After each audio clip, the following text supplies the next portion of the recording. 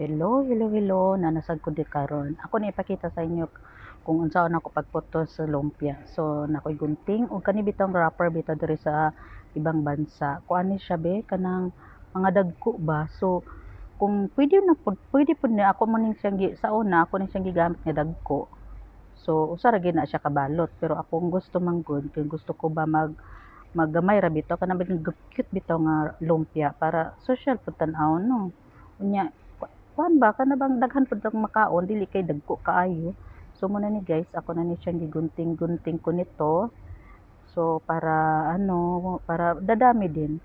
Kasi kung sobrang laki, kunti lang maluto ko. So ito na guys, ipakita ko na to sa iyo. O hiwa-hiwa na nako na mao na gina siya ang akong gigunting-gunting. So ako na ni siyang i-wrap kani bitaw magtipid bitaw tanan no need ta magpalit-palit ta kay kanang para pod ba dili na pod ta ingon magastusan kay magtipid-tipid para sa pamilya sa Pilipinas. So magluto-luto na lang jud tag inani nga homemade.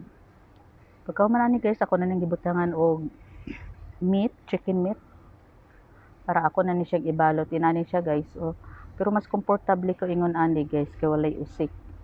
Nya dili madaot ang iyang wrapper.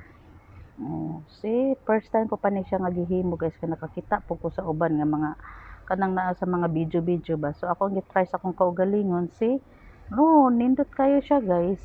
Kung naman gani usik pero gagmay ra. So namuna ni siya akong nahuman para i-ready ko na no para butang sa ref para kung gusto ko magluto at least magkuha na lang ko. So kaniin yung buhaton guys para makatipid mo, di ba?